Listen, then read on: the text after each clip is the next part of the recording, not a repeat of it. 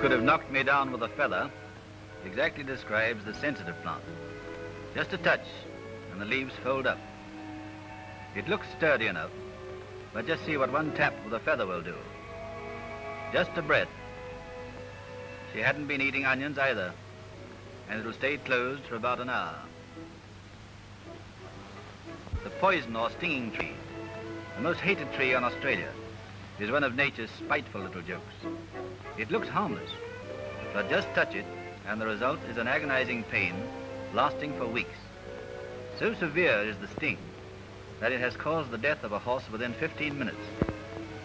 As we wanted to examine it under the microscope, a piece of sacking was wrapped around the leaf while it was cut. A powerful lens showed tiny spears covering every part of the tree. These spears, greatly enlarged, are seen to have a tube running down the center of each one into a bulb of poison, for which no antidote is yet known. In tropical Australia, the traveler's palm, and one of nature's most kindly little jokes, stores a remarkable amount of water in an otherwise dry land.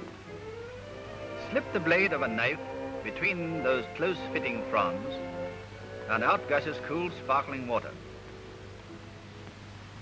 Even on the hottest day, the water is delightfully cool, refreshing, and almost tasteless. Now, don't laugh at the echidna.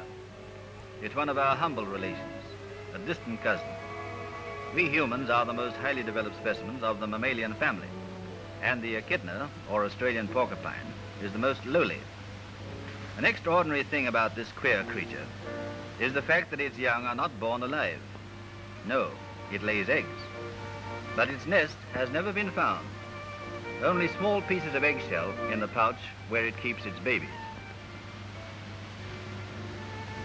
Nature must have really enjoyed the joke when she made the gecko. Goggle eyes, well-nourished body, and the most miserably thin legs. The world's worst acrobat. Come on, up now. Be careful.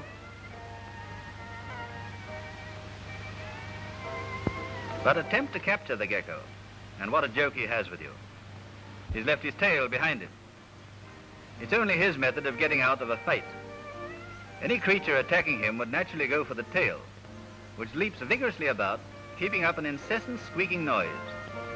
The gecko does not lose a drop of blood, and soon grows a new tail.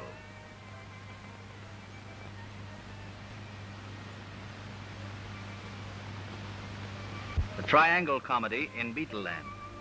Miss Beetle is out walking. The villain pursues her.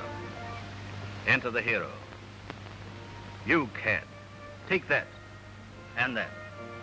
That'll teach you to annoy a lady. A gallant heart beats beneath that beetle breast.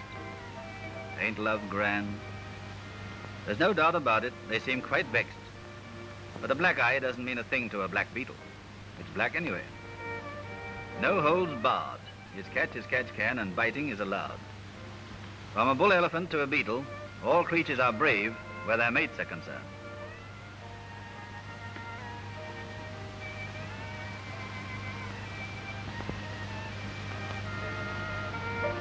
One, two, three, 4, 5, and 5's 10. Out.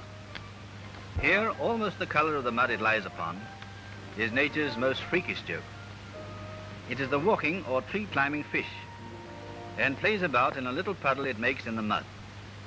It is a disgrace to the fish family, for if held out long underwater, it would drown.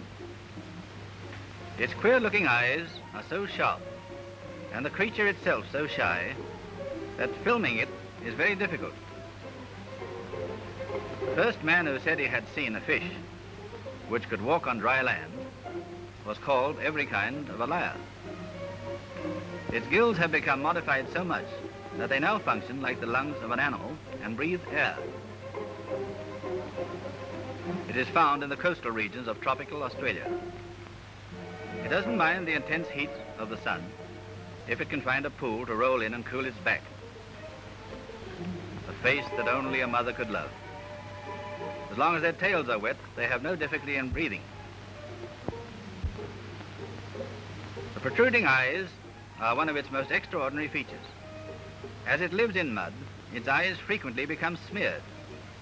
To clean them, it turns them right inside its head and out again.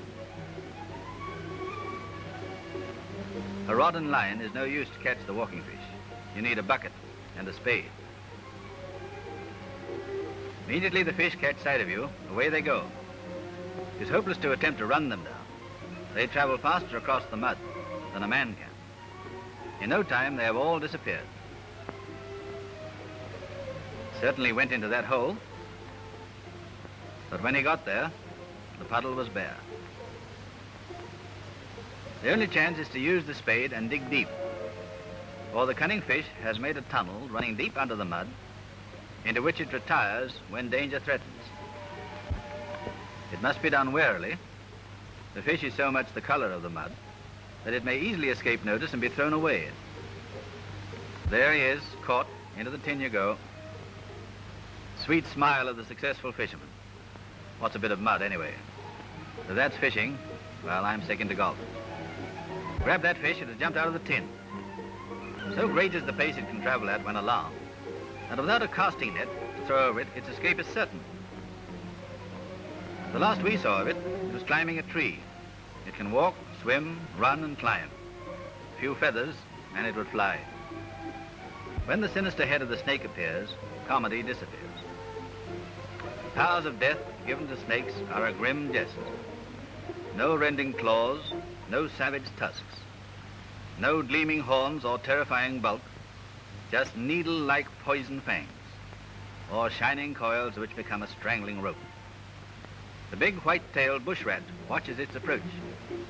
The steady stare of the snake appears to fascinate the rat. With its head poised, ready to strike, the snake encircles the rat, which makes no attempt to escape. Perhaps it has confidence in its razor-sharp teeth. The snake has declared war. The rat is game. Its teeth are getting in great work. It attempts to spring free, but striking swiftly, the snake has caught it, and the coils are wrapping steadily around the fighting rat. Time after time, the rat's savage teeth meet in the snake's body, but still those coils keep creeping tighter and tighter. All snakes belonging to the python family have no poison fangs, but squeeze their prey to death. It is a case of endurance now. Can the snake or the rat stand most punishment? But the snake appears to have won. Even so, it is keeping its coils well away from the rat's teeth. Slowly, the snake approaches the rat's head. Coil round the throat, and there will be no escape for the rat. See the steady contraction? Tighter and tighter the coils grip the now helpless rat. Another of nature's battles has been fought and won.